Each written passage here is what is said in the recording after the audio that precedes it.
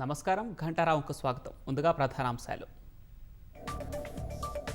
హైదరాబాద్లో పలు ప్రాంతాల్లో భారీ వర్షం, ట్రాఫిక్ అంతరాయం, ప్రయాణికులకు ఇక్కట్లు.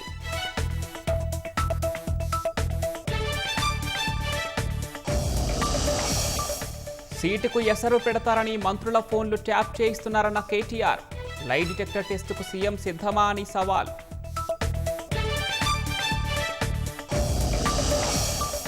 హెచ్సీఏలో నిధుల అవకతవకలపై కొనసాగుతున్న దర్యాప్తు.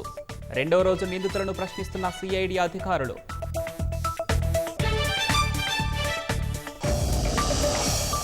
నిమిషప్రియను కాపాడేందుకు కేంద్రం చర్యలు.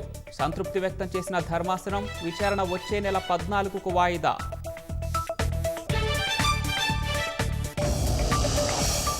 బెంగళూరులో ఫుట్పాత్ పైకి దూసుకొచ్చిన బస్సు. ఒకరి మృతి, డ్రైవర్కు బదులుగా బస్సును నడిపిన కండక్టర్.